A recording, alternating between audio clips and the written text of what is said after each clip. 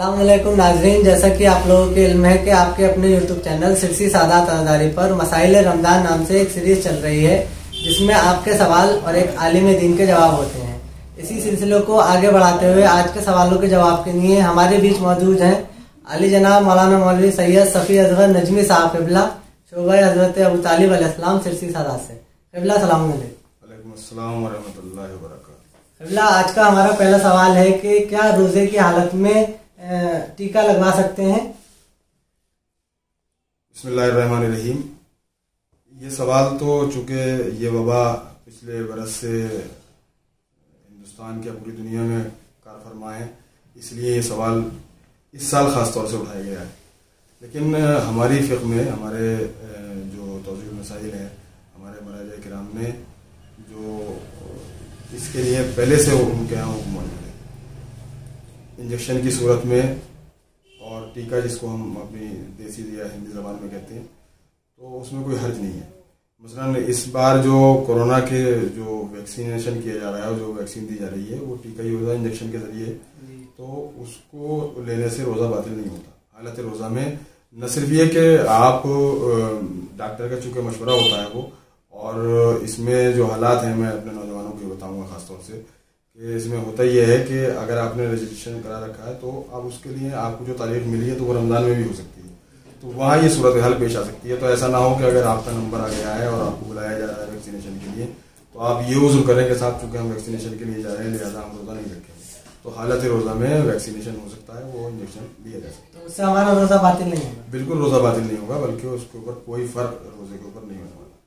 हमारा दूसरा सवाल ये है कि उन लोगों के बारे में क्या हुक्म है जो मेहनत कश लोग हैं, जैसे हमारे किसान हैं या और मजदूर भाई हैं, तो अक्सर ये देखा गया है कि मेहनत की वजह से वो रोज़ा छोड़ देते हैं, तो उनके बारे में क्या हुक्म है कि वो रोज़ा रखें या नहीं रखें? क्या वो मेहनत की वजह से उनका रोज़ा छोड़ा जा सकता है, और अगर नहीं छोड़ा जा सकता तो इस्लाम ने क्या तरीका बताया है जिससे वो लोग भी रोज़ा रख सकें? देखिए, रोज़ा तो हर बालिग आकिल मर्द पर, बल्कि हर बालिग पर आकिल पर वाजिब है। अब वो चाहे वो मेहनत कश मजदूर हो या कोई बड़ा आदमी हो या छोटा आदमी हो, इसमें कोई दौलत के एतबार से या उसके कारोबार के एतबार से या उसकी मुलाजिमत के एतबार से कोई शरीयत में नहीं है। रोज़ा बराबर से सब पर वाजिब है, शर्त यह है कि वो इंसान बालिग हो, आकिल हो। अब रही बात यह कि कुछ लोग ऐसा काम करते हैं कि जिनको बहुत ज़्यादा मेहनत करना होती है, तो शरीयत ने उनके ऊपर से रोज़ा साकित नहीं किया है उस वक्त तक जब तक कोई उज़्र शरई ना हो, तो वो चाहे कितनी ही मेहनत करने वाले लोग क्यों ना हो। और फिर हमारा यकीन और ईमान है कि जिस अल्लाह ने हमारे ऊपर तमाम हालात में ये रोज़ा वाजिब रखा है, वही अल्लाह हमारी उन मुश्किलों को आसान करने वाला भी है। तो रोज़ा ये सोच कर के भाई हमें काम करना होता है, रोज़ा न रखें, ये उज़्र शरई नहीं। वो काम करना हमारी समाजी ज़िंदगी की और हमारे आज़ूक़े के लिए वो बहुत ज़रूरी है, लेकिन रोज़ा रखना चूँकि हम बालिग़ हैं, आकिल हैं और हमारे ऊपर अल्लाह ने रोज़ा वाजिब रखा है, इसलिए हमारे ऊपर रोज़ा हर हालत में हमें रखना है उस वक्त तक जब तक कि कोई उज़्र शरई मौजूद ना हो। क्योंकि हमने कुछ लोगों का सर्वे किया था तो उसमें हमने यही देखा, उन लोगों का ये कहना है कि ज़्यादा आग के पास काम करने से या तपिश में जो है वो प्यास की शिद्दत जो है बहुत ज़्यादा बढ़ जाती है, जिसकी वजह से हम रोज़ा नहीं रखते। देखिए, हम लोग इस सिलसिले में वही बता सकते हैं जो मसला मौजूद है, जो पाया जाता है।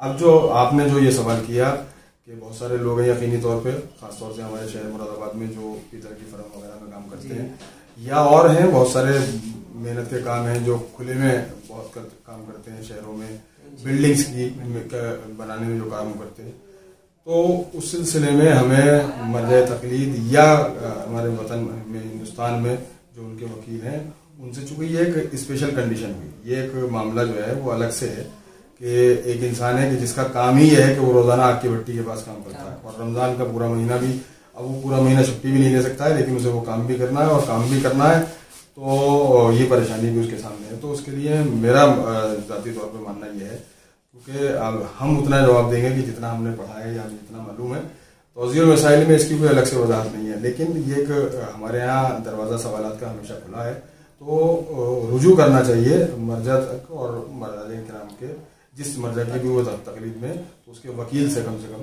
रुजू करें, ताकि वो ये जो खुसूसी मामला है, ये स्पेशल मामला है, तो उसमें वो वजाहती बयान दे।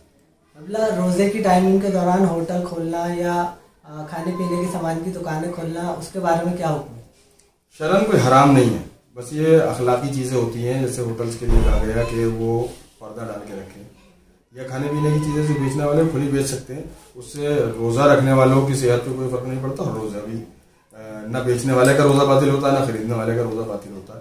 تو دکان کھولنے سے یا ہوٹل کھولنے سے روزے کی صحت پہ کوئی فرق نہیں. کچھ لوگ آفس میں جو کام کرتے ہیں ان کے لیے نماز ظہر یا عصر کی نماز پڑھنا کچھ مشکل سا ہو جاتا ہے، کچھ حالات ایسے پیدا ہو جاتے ہیں کہ وہاں پر نماز نہیں پڑھ سکتے. تو اگر ہم نماز نہیں پڑھیں تو کیا ہمارا روزہ نہیں ہوگا؟ نہیں، ایسا بالکل بھی نہیں. دیکھیے بہت سارے لوگ اس حوالے سے غلط فہمی کے شکار ہیں. یہ سوال بہت اہم کیا آپ نے، اس کا پوچھنا بہت ضروری تھا. خاص طور سے نوجوان طبقے میں اس بات کو لے کر ذرا سی بے چینی رہتی ہے کہ وہ ہم اگر نماز پڑھنے کی حالت میں نہیں ہے تو ہم روزہ بھی نہ رکھیں. تو بہت سارے موقع ہیں جہاں ملازمت کے یا کاروبار کے کہ جہاں آدمی نماز نہیں پڑھ پایا، تو اس کا یہ مطلب نہیں ہے کہ اس کا روزہ باطل ہو جائے گا. نماز اپنی جگہ واجب ہے، روزہ اپنی جگہ واجب ہے. نماز بھی ہمیں، جیسے آج ہے ہمارے پر روزہ بھی واجب تھا، ہمارے پر نماز بھی واجب تھی.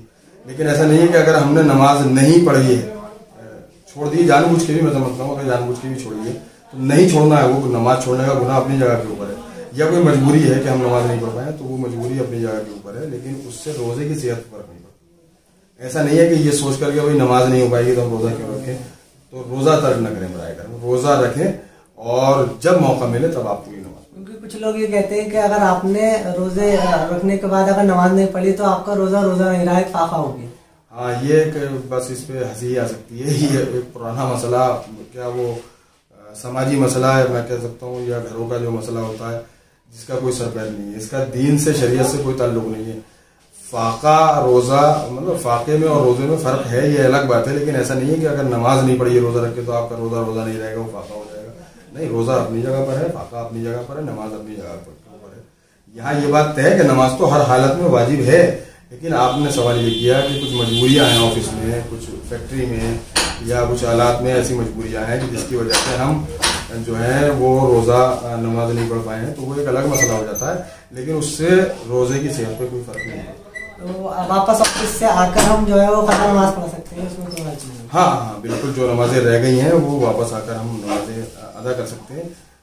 جتنی بھی نمازیں باقی ہیں، چاہے ظہر کی ہو یا مغربین کی ہو، جو بھی نماز ہم نہیں پڑھ سکے وہ آ کر ہم نماز پڑھ سکتے ہیں. ہمارا اگلا سوال ہے کہ وہ عذر جس کی وجہ سے روزہ نہ رکھنے کی اجازت ہوتی ہے.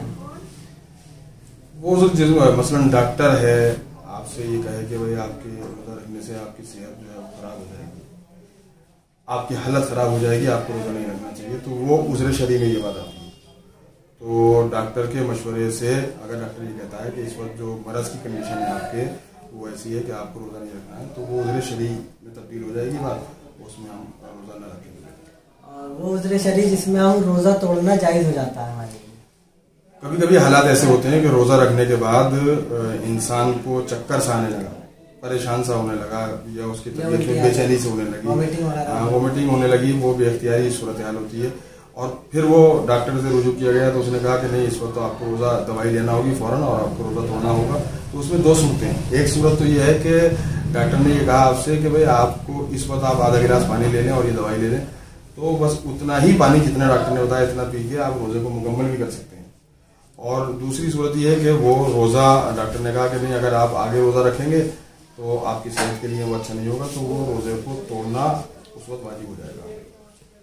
کیونکہ اللہ ہماری صحت چاہتا ہے، اگر ہماری زندگی ہوگی، ہم سلامت ہوں گے تو آئندہ انشاءاللہ روزے پورے رکھیں گے. اگلا سوال یہ ہے کہ روزہ ایک واجب کام ہے اور اس کے بہت سارے فائدے ہیں، تو ہم آپ سے یہ جاننا چاہتے ہیں کہ روزے کے روحانی اور جسمانی کیا کیا فائدے ہیں، کیونکہ ڈاکٹر بھی بتاتے ہیں کہ روزہ رکھنے سے جو ہے جسم کو کافی فائدہ ہوتا ہے. اس کے بارے میں ڈاکٹرز کی تحقیقات تو آج آ رہی ہیں سامنے کچھ سالوں سے کہ روزہ رکھنے سے جو فائدے ہیں. اسی وجہ سے آپ نے دیکھا ہوگا کہ کچھ لوگ مسلمان نہیں ہے لیکن وہ بھی روزہ رکھتے ہیں کیونکہ جسمانی فائدے ان کو پتہ ہے. بہت سارے جسمانی فائدے ہیں، جیسے فاسد خون ہے، خراب خون ہمارے بدن کا جو ہے وہ تبدیل ہو جاتا ہے اچھے خون کی طرف، اور اس کی خرابی جو ہے وہ زائد ہو جاتی ہے. جراثیم جو ہوتے ہیں، برا جراثیم ہمارے جسم کے، وہ زائد ہوتے ہیں روزہ رکھنے سے.